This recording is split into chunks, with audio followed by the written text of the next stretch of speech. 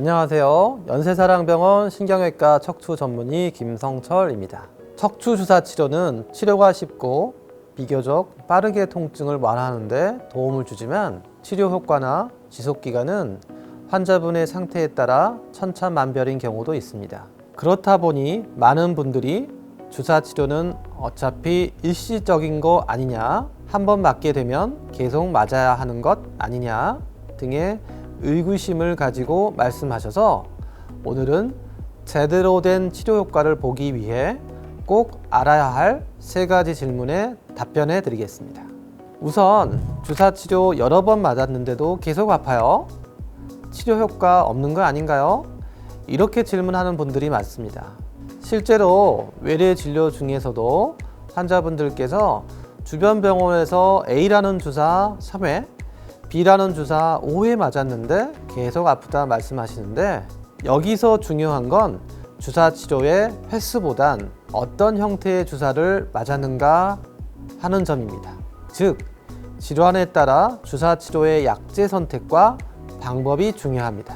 급성 디스크 파열 초기엔 염증 제거에 효과가 빠른 스테로이드를 이용한 신경차단술을 하고, 척추관 협착증이나 만성 통증 증후군 등의 완만한 통증 등에는 신경차단술과 고농도 포도당 용액을 이용한 프롤로 주사 등을 적절히 배합하여 치료하는 등 현재 내가 앓고 있는 질환에 맞는 치료를 받아야 하는 것입니다. 또 주사 치료를 3회 이상 받았음에도 특별한 개선 효과가 없다고 하면 의료진 진단을 통해 다른 치료를 병행하거나 주사 방법이나 약물을 바꿔볼 필요가 있습니다. 두 번째는 주사 치료로 통증이 완전히 개선될 수 있나요? 완치될 수 있나요? 이런 질문입니다. 사실 주사 치료로 효과를 판단할 땐 50%냐 100%냐를 단정 짓기가 다소 어렵습니다. 퇴행성 근골격계 질환은 환자가 관절을 사용하는 생활 습관이 매우 중요하기 때문에 치료 이후에도 노력에 따라 치료 효과가 조금씩 달라지기 때문입니다. 즉, 여러 원인이 누적돼 맞물리면서 발생하는 것이 바로 퇴행성 질환인 것이므로 치료 후 운동 및 자세와 올바른 생활 습관을 잘 관리한다면 완치에 가까운 회복도 가능합니다. 따라서 치료 후에는 반드시 충분한 휴식과 안정이 동반되었는지, 병원에서 알려준 운동이나 자세를 올바르게 유지하고 있는지를 스스로 되짚어 볼 필요가 있습니다. 마지막으로 올바른 주사 치료를 받으려면 어떻게 해야 하나요? 라는 질문입니다. 사실 이 질문에 있어 가장 중요한 것은 전문의의 역할이라고 생각됩니다. 해결되지 않는 증상에 대해 검사를 통해 정확히 원인을 파악하고, 또 환자가 이야기하는 임상 증상을 꼼꼼히 비교해 종합적으로 진단 및 치료를 내리는 것입니다. 간혹 MRI 검사상에서는 염증이나 신경압박 상태가 심한데 살만하다 이야기하는 환자분도 있고, 반대로 통증이 너무 심해 괴롭다고 호소하는데 검사상에서는 질환 정도가 그리 심하지 않을 때가 있습니다.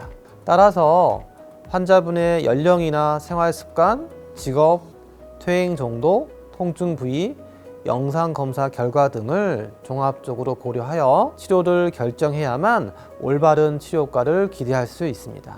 전문적인 지식과 경험을 바탕으로 검사 소견과 불편함을 느끼는 증상에 따라 치료의 유연성을 둬 환자분들이 일상생활을 유지하면서도 불편감을 없앨 수 있도록 치료 계획을 짜는 것이 필요합니다. 또한 대부분의 주사 치료가 일회성으로 끝나는 것이 아니라 일주일 또는 2주일 정도, 또 멀게는 한 달의 간격을 두고 치료를 진행합니다. 따라서 치료 기간 동안 통증이 발생하는 특정 동작이 있는지, 특정 시간대가 있는지, 한번 동작이 발생하면 얼마나 지속되는지, 빈도가 얼마나 되는지 등을 치료 후 환자분들께서 자신의 몸 상태를 체크해 가며 확인하는 것도 중요합니다. 이를 환자 스스로 잘 기억하였다가 의료진에게 말씀해 주신다면 앞으로의 치료 방향을 세부적으로 계획하는 데 많은 도움이 될 수 있습니다.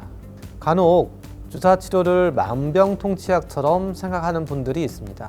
그렇다 보니 단발적인 치료에 호전되길 바라는 분들도 많은데요. 척추관절 통증은 어떤 외상이 아닌 오랜 시간 누적되어 온 문제를 알리는 이상신호입니다.